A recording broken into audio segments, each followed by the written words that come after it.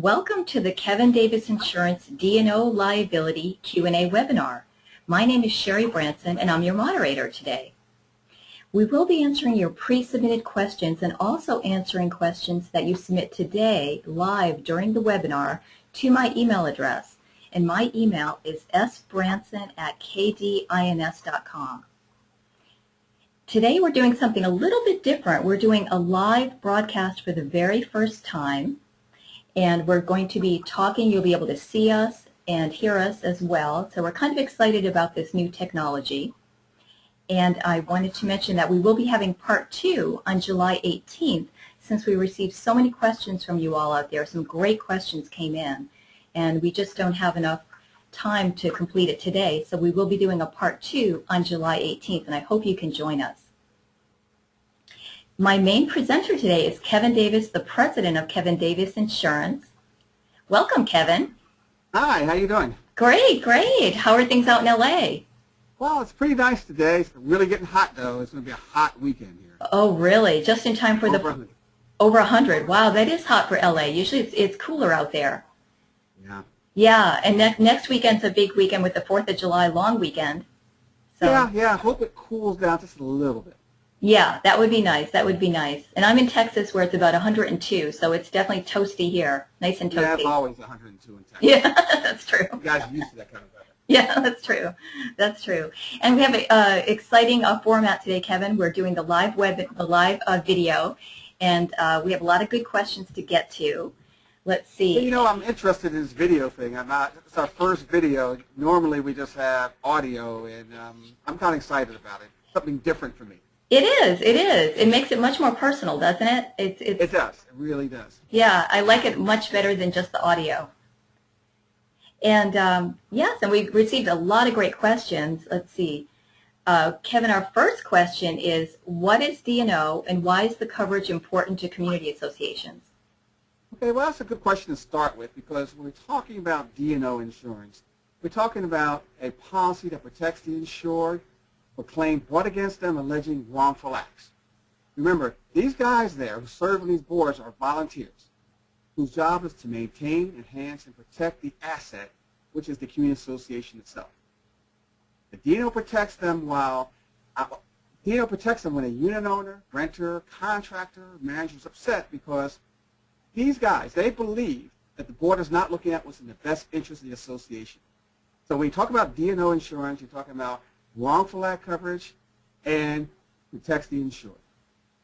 Okay.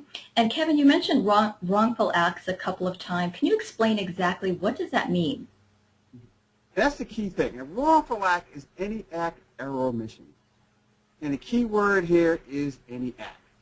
For example, if the board decides it's no longer going to fund the reserves because it's one of those active adult communities where everybody is over 80 years old, they believe that is unnecessary. That could be around 10 years from now. So all they want to do is that if they need a new roof, they'll special assess. So that's the new rule they're going to do. Well, what happens is that a unit owner there can say, we don't like that idea. We think you breach your fiduciary duty for not funding the reserve properly. And that's considered a wrongful act. And as a result, they can be sued. Okay. And Kevin, you also mentioned insured. Who should be an insured under a D&O policy? Okay, now we talk about the insured. Okay, so you're saying it's a wrongful act committed by an insured. An insured, talking about the current board of directors. You're talking about the past board members. You're talking about committee members, volunteers, employees, actual association itself, anybody who is involved in the community association, as long as they're reporting to the board of directors, including the management company. The management company also can extend coverage to them as long as they're acting at the direction of the board. Okay. And I get asked this question all of the time. I'm sure you do. The next question is, what's the difference between your traveler's coverage and a package policy? That is probably the #1 question we get asked because most of the D&O that we see, most of the D&O period, is probably written in the package. And so there's a huge difference between the package policy and the standalone policy that we produce or our competitors produce. And you have to look at it from a historical point of view because historically, D&O insurance are designed to provide coverage for one thing, and that's economic losses. I lost money. Like, for example, I invest money in Kodak film processing. Kodak goes under, and I lose a large amount of my 401k. So I decide to sue Kodak for breach of fiduciary duty for mismanaging the company's assets. And I ask for about $100,000 in damages. That $100,000 damages is an economic loss. Now, however, with community associations, it's different. Many claims are based on challenging the board's authority and not about losing money. Unit owners constantly want to prove they have the right to do what they want to do regardless of what the documents allow. And without a policy that picks up these non-monetary damage claims, you could be in trouble. That's the number one issue when you talk about the difference between the package policy and the traveler standalone policy. The package policy is a very restrictive policy. It's usually added by endorsement, and it provides minimum amount of coverage. It's a lower cost, but the coverage is significantly limited. Now, when we talk about the traveler's D&O policy, the traveler's D&O policy is designed for community associations.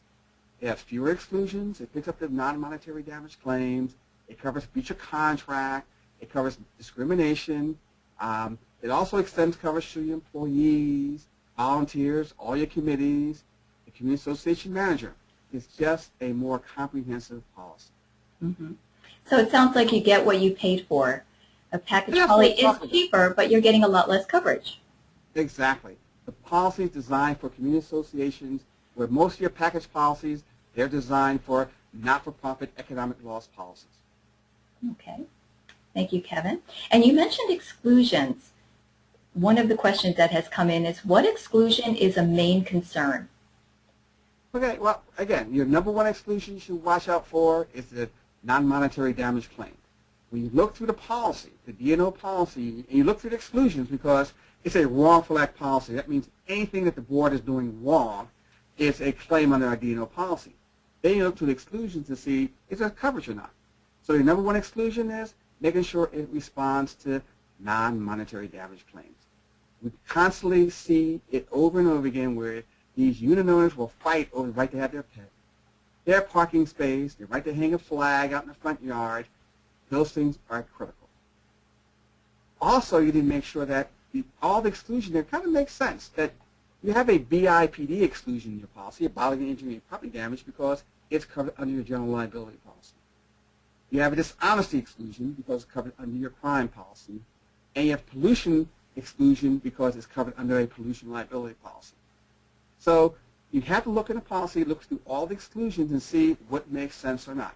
Make sure it doesn't have a discrimination exclusion or an insured versus insured exclusion or even a breach of contract exclusion. Those things, you have to make sure they're not excluded by the policy. Okay, thank you, Kevin. I wanted to mention that if you wanted to make our webcams and our video a little larger, you can manipulate it on your computer screens. I just want the audience to know that, just in case it's too tiny. And Kevin, you did mention pets.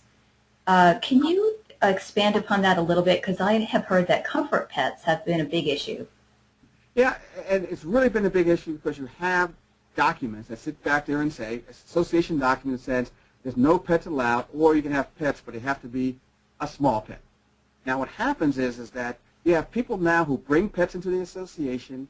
They go and get a doctor's note and say, well, we have this pet as a comfort pet. I lost a parent, I lost a brother, I lost a sibling, I lost a kid, and therefore I'm suffering emotionally and I need this pet. They get a doctor's note, and now the doctor's note conflicts with the documents. And so the board's responsibility is to enforce those documents. They have a doctor's note. So now we're seeing a lot of claims like that where the board has breached a fiduciary duty for either A, enforcing the documents, or B, not enforcing the documents. So it's really a tough situation right now. Mm-hmm. And comfort pets could be anything. It doesn't necessarily have to be a dog or a cat, correct? That's true. I mean, we've seen them. We've seen a pot-bellied pig is a comfort pet. You know, we had a squirrel was a comfort pet because the squirrel was able to predict when it was time for this one individual to get the medication. Now that's a unique one. That's unique. That's totally different. Totally. Okay, great. Thank you, Kevin.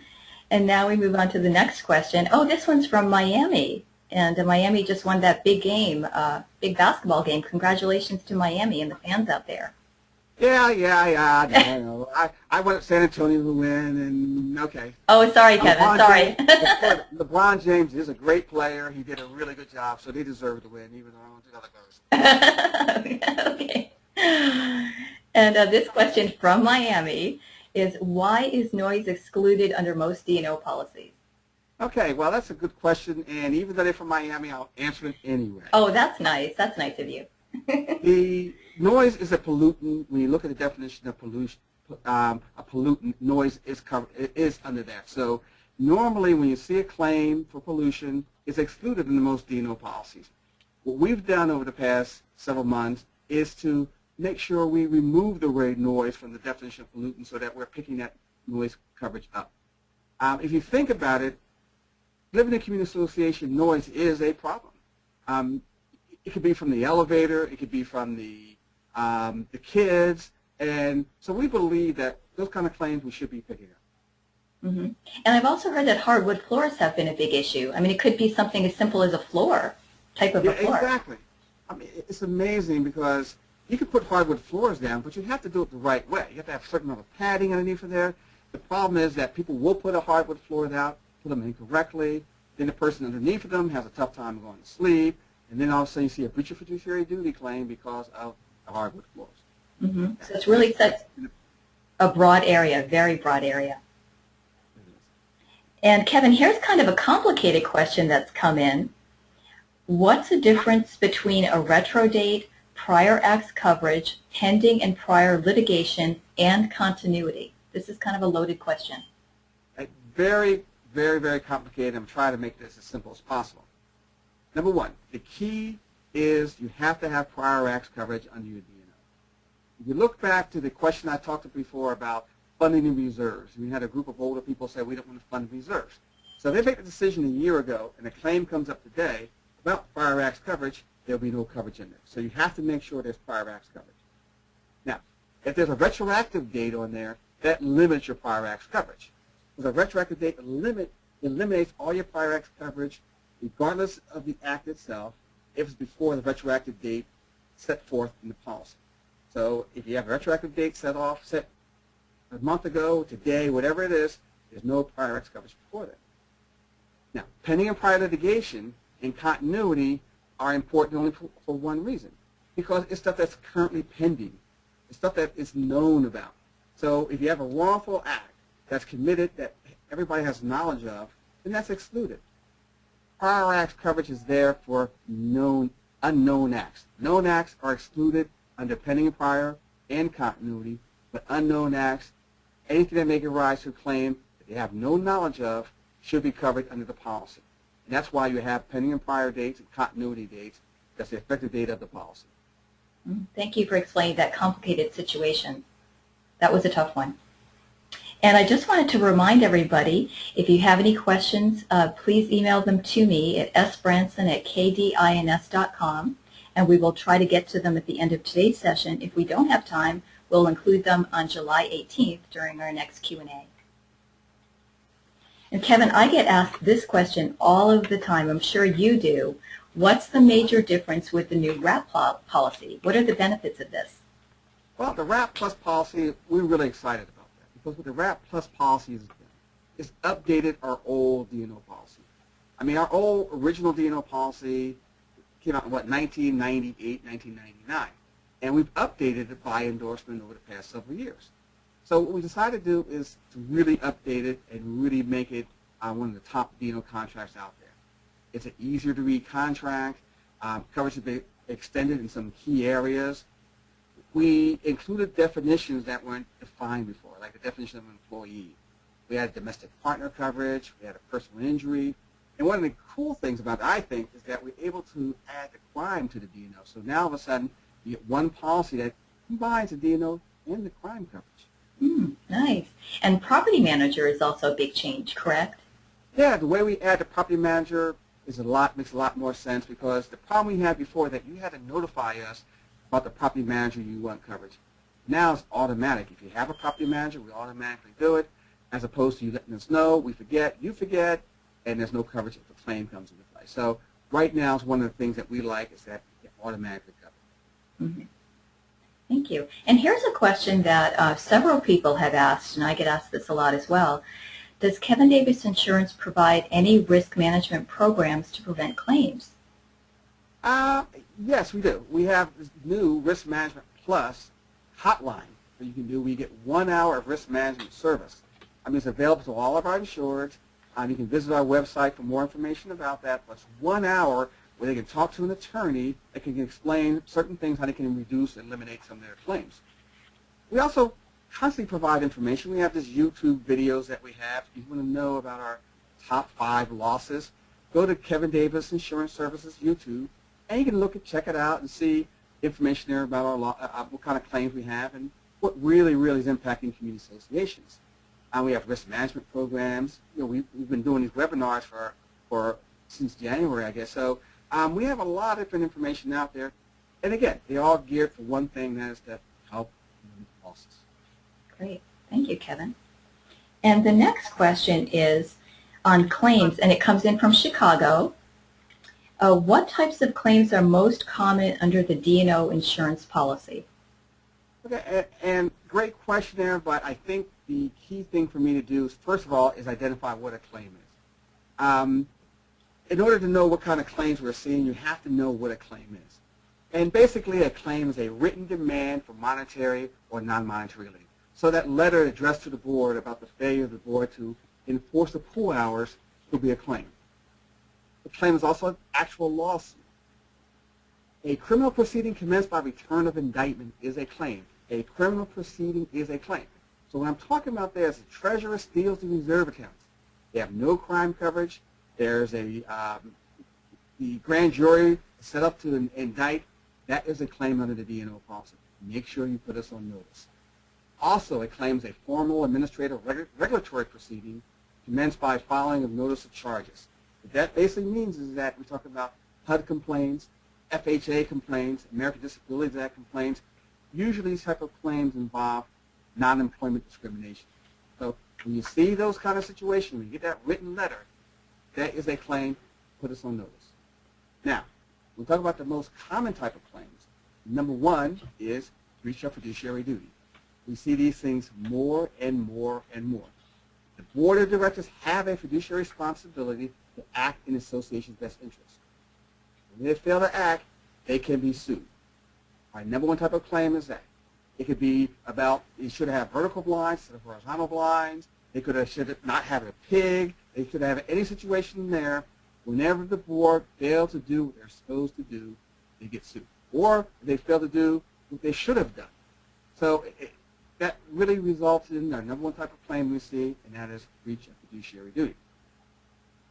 The next area that we see, and it's our fastest growing area, is breach of contract claims. These breach of contract claims usually occur in community association when there's agreement honored involving improvements or repairs association, where they're not honored, where they sit back and decide that we don't like the job that they've done and cancel the contract. We've seen it with roofing contractors, painters, elevator repair people, cable, security. These kinds of things happen more and more every day. A perfect example that we've seen recently is a landscape service. You know, they had a contract, a 3-year contract with landscape service. 6 months into the contract, the board president decides that he's not happy with the results, terminates the contract, hires another landscaper. The original landscaper comes in, files a lawsuit against them for the life of the contract, which is $150,000. Now, with our D&O contract and any D&O contract out there, they're not going to pay the judgment of the $150,000. They will defend the board because we believe the board's acting in the best interest by canceling the contract, not because of other reasons. So, but we'll provide defense, but no judgment or settlement under situations. The next area that we see a lot of claims in is employment practices. If you have employees in your community association, make sure you have employment practices coverage. This, we're talking about wrongful termination, sexual harassment, and discrimination. These claims are very expensive and excluded by most package policy. Sherry, the last one there, the last area, is non-employment discrimination. This we're talking about here is the Fair Housing Act, ADA, and discrimination. Again, we see them more and more, especially now with the economy the way it is. We're seeing these kind of claims. You have to be careful and make sure you're not excluded under your D&O contract. But those are the major ones that we're seeing right now. Mm-hmm. Okay. And related to claims, somebody also wants to know what other claims are you seeing that are trending right now in the industry? Those are the ones that are most common. What else is going on out there, Kevin? Well, for us, we're seeing a lot of claims being impacted by the economy. When the downturn in the economy happened 3 or 4 years ago, we're starting to see a range of claims that we haven't seen before. Number one is mismanagement of association funds. We're seeing it in 2 different areas. Number one is actually theft of funds, where the board members are either a unit owner finds out there's money missing, and we see the board member, usually the treasurer or the president, an employee or a management employee, walk off with the reserve account or operating account or some large amount of money. We're starting to see that more and more. We also see a mismanagement where the board of directors starts collecting money for to either repair the roofs, and all of a sudden they decide to use it to buy new pool furniture. That's the kind of stuff we're seeing, and all of a sudden they come back and being sued because of mismanagement of money. The money is there to repair the roofs. They decide to do other things with the funds. Another area that we're seeing is wrongful foreclosure. It's an issue that we haven't seen much in the past, but because, again, there's not a lot of money out there, we're starting to see a lot of wrongful foreclosure suits of these individual units. There are laws regarding how to foreclose a unit. The board members are ignoring these laws. As a result, we're starting to see more and more claims in this area. Mm-hmm. That makes sense. Yeah. And Kevin, here's a question that's come in on our Facebook page. By the way, I just wanted to mention to everybody out there, we have a Kevin Davis Insurance Facebook page. We put our webinars on the Facebook page and also our videos, which cover various topics, our products and risk management videos, etc. So please check out our Facebook page. This question that's coming, Kevin, is when do you report a claim? As soon as you become aware of a claim, report it to us in writing. Remember, a claim is a written demand. So when you get a piece of paper, so you have knowledge of any information that may give rise to a claim, report it. If you think it's a claim, it probably is one. With these claims, time is of the essence. The most common reason for declination is late reporting of a claim. Let us determine if it's a claim or not. The sooner we are notified, the sooner we get involved in the process. You have to make us aware of the claim as soon as you can. Okay. And another question that's coming, Kevin, is what can I expect after I report the claim? Okay, first of all, understand that whenever claims come in, they're all handled centrally and processed in Connecticut. We have a dedicated team of claim adjusters specializing in community associations. All they handle, nothing but community associations. Now, once that claim is received, a letter is sent out acknowledging receipt of the claim. You'll get a claim number along with a claim person who will handle that account. Then the investigation starts. The claim examiner begins the investigation where you request to answer a number of questions and provide additional information. Then the key thing is that, is there coverage or not? So a determination has to be made if there's coverage or not. If there's coverage, an attorney will be assigned and a letter sent out outlining the coverages available under the policy. Then you either get a denial letter, acceptance letter, or a reservation of rights letter. Denial letter means there's no coverage. Acceptance letters mean that they have full coverage, will defend it, take care of it. Reservation of rights letter is important, because the reservation of rights letter is used to notify the insured when we reserve a right to deny a claim in the future after the investigation is done. We will have an attorney present assigned to it, but we reserve our right in the future to maybe stop coverage at a later date. Okay, thank you, Kevin. And now we have a question from Ohio that was submitted prior to the webinar today. And I know you just visited Ohio, correct? You were just, I did. Yeah. I was in Cleveland, Cincinnati, and Columbus. Yeah. Oh, okay. About a month ago. You were all over. You were all over Ohio. I get around. Yeah. Yes, and Ohio would like to know, does your policy cover judgment for claims for discrimination or defense only? Well, okay. It provides defense and judgment. unless after final adjudication, the judge sits back there and said it was intentional and willful act. At that point in time, coverage ceases to exist, and we can even go back after and try to get the defense costs. So right now, it's a matter of, as long as it was unintentional and wasn't willful, then this should be okay for defense and judgment. Okay, thank you. And we have a question here from North Carolina. Let's see, North Carolina would like to know, what happens if a board gets sued that doesn't carry D&O? Can they use their homeowner's policy? You know, the homeowner's insurance policy can provide some coverage. I doubt it provides much because the homeowner policy is usually limited to bodily injury and property damage claims. What we're talking about on D&O is wrongful act coverage, where it's broader than just EI or PD. So if they could get some coverage, but I doubt it was enough to really satisfy it. Okay, thank you. And now we received some live questions during today's session that I'm going to read to you, Kevin. This one from Florida. A broker in Florida would like to know what coverage is afforded to board members that are employees of the developer for an association that has not yet turned over. Okay, we do write developer control boards, first of all. And what we look at is that is the developer board members acting at the direction of the board of directors or in their capacity as a board of directors, meaning this. The job of the board of directors of the condo is to set the reserves, set the budget, set the assessments. Now, if they're sued because they believe the assessments are too low, they're acting in capacity as a board of directors, not in capacity as a developer. If they sue because they only put one pool instead of two pools, or they finished phase one and didn't finish phase two, that is an act as a developer. So there's coverage for them in their capacity as a board member while they serve on that board, but not in their capacity as a developer. Okay, thank you. And another question has come in from Florida. A lot of questions from Florida today. Would a D&O policy respond when there are not only homes and condos in the association, but also apartments that are rented out? Well, you know, it's interesting because when I was in Florida about 3 or 4 months ago, I'm starting to see a lot of what we call mixed-use associations, where you do have apartments, homes, condos, retail, even retail stores.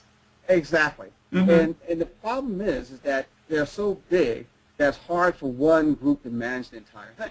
And the board's job is to manage the common area there, make sure there's enough parking for the retail operation, make sure there's enough parking for people who live there. So, yes, we do write them, but it's going to cost a little bit more money. The deductibles will be a little bit higher because we believe there's a lot more exposure in these mixed-use associations than your standard condominiums and homeowner associations. And much more extensive underwriting. A lot more extensive underwriting. We need to know exactly what's going on the association. We got to know if there's restaurants there because they have restaurants at different exposure. We got to know what kind of rec centers they have. So it's really, really a lot more complicated. Absolutely. That makes a lot of sense. And let's see, we're down to our last question. We're running out of time. Kevin, this is also from Florida. If you have a claims-made D&O policy and then cancel it midterm and rewrite it to an occurrence D&O policy, do you still need to buy tail coverage on the expired claims-made policy? If so, why? Okay. Basically, the question is this. You have a claims-made policy, and if you have a claims-made policy, what it means is the claim has to be made and reported during the policy period. So if you go from claims-made to occurrence, you lose all that coverage. So what you're going to have to do is get an extended reporting period as long as you can. If you can get over a year, get over a year, because that extended reporting period will provide claims for anything that happened during that policy period. And it's important to make sure you have an extended reporting period. You should never move from a claims made to an occurrence. You can move from occurrence to a claims made, but you shouldn't do it the other way around because it limits your coverage significantly. Great. That's great information. Thank you, Kevin. Thank you so much. Thanks a lot. Yes, that's all we have time for today, but there were some questions that we weren't able to get to. So again, we'll have another Q&A webinar on July 18th. I'll be sending out invitations. And if you'd like me to send you an invitation early before the actual email ad goes out, please send me an email at sbranson@kdins.com and send more questions in. The sooner you get your questions in, the faster we can get to them in the next session. And if you'd like a copy of today's webinar, please send me an email to sbranson@kdins.com. Thanks, everyone, and have a great 4th of July and a safe holiday weekend. next week. And have a great afternoon. Thanks, Sherry. Thank you. Take care. All right. Take care.